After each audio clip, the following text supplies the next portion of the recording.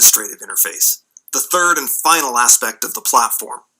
With access to our dashboard, staff accounts, patient records, custom reports, staff member roles, administrative file sharing tools, our global consultations view, scheduling system, and of course, our settings, this interface lets us manage the entire platform. Let's take a brief look at each section. Starting from our dashboard, where we have a set of system overview reports from average patient wait time down through what symptoms are being reported on the platform, giving us a quick glimpse at how the system is being used and what it's being used for. The staff accounts area lets us manage all staff users with access to the platform, including both clinical and administrative staff.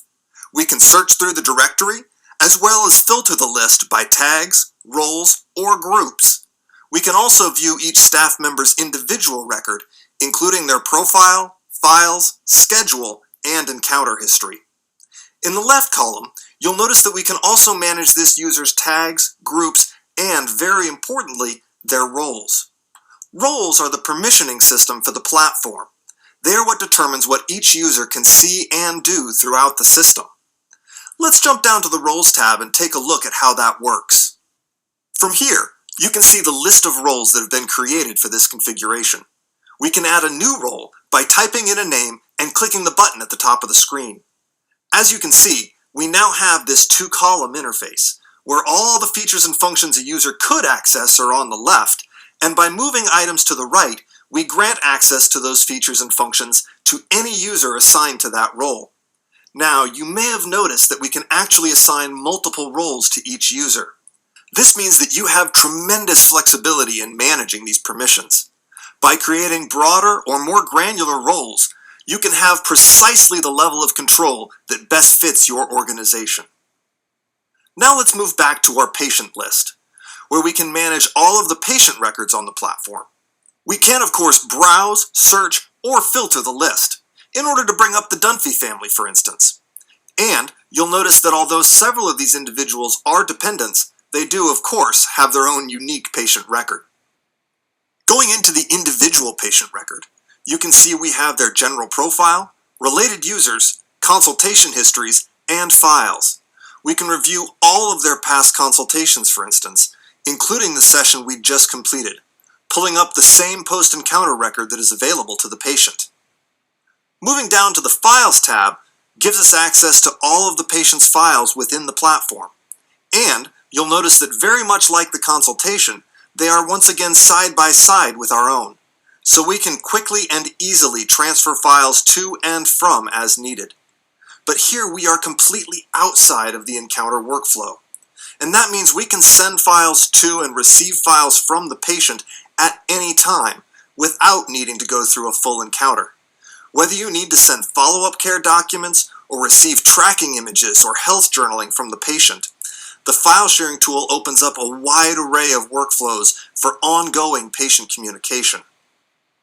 Extending those workflows even further is the administrative file sharing area, where we have a set of shared folders that allow us to push files out to large groups of users all at once, as read-only files, making tasks like sending out new policy information to all of your providers, or new service information to your patients, as simple as uploading a single file to one of these group folders. The Global Consultations view allows you to do exactly what you would expect.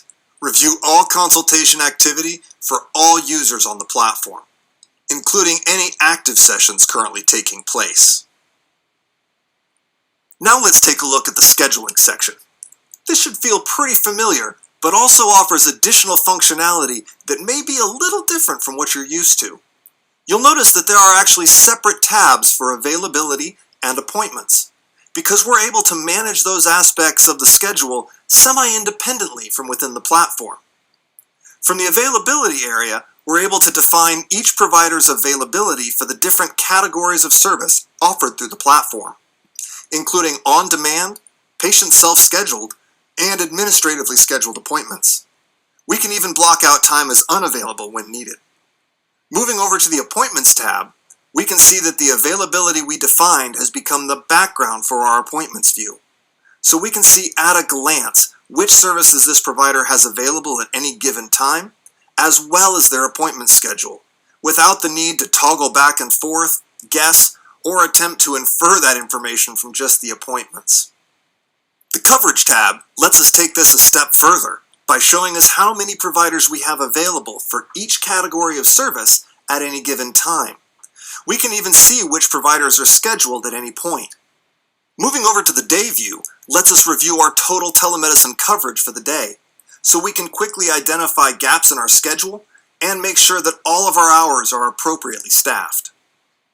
Using the main menu, let's continue on to the settings area, where we are currently able to create workflows in order to control patient registration. We have several additional workflow options we'll be adding to this area over the coming months, but for now, let's take a look at how to create a registration workflow. We'll start by clicking the Add Rule button, and then simply complete the sentence, "Allow the patient to register if." We'll check against the patient's address and indicate that it needs to include the state of California. We'll stick to the state for now, but you should know that we can go all the way down to the zip or postal code level if we needed to. And that's it. Once we've confirmed our rule, any patient trying to register from outside of California will receive a message letting them know that they are outside of our service area, along with a support number. So you can see just how easy it is to make sure you're getting the right patients registered on the platform. Let's conclude our tour with the reporting engine, where we can generate completely custom reports that enable us to get almost any information captured by the platform out of the platform in a fully accessible and editable format. We'll start by choosing a new standard report and then defining the fields we want to include by selecting them from the drop-down menu. Now that we've selected what we want, we can build the report and those fields become our columns. As you can see, we can also add filters to further refine the information, and once we have what we want, we can export the data as an Excel CSV file or a PDF, giving us complete flexibility to work with the data outside of the platform. And if this is a report we're going to be running again, we can give it a name and save it for future use.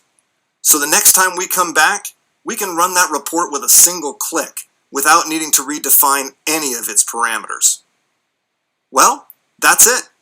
Thank you for taking the time to get to know our platform. We hope you're as excited as we are to put these tools to work, improving patient care and clinical outcomes.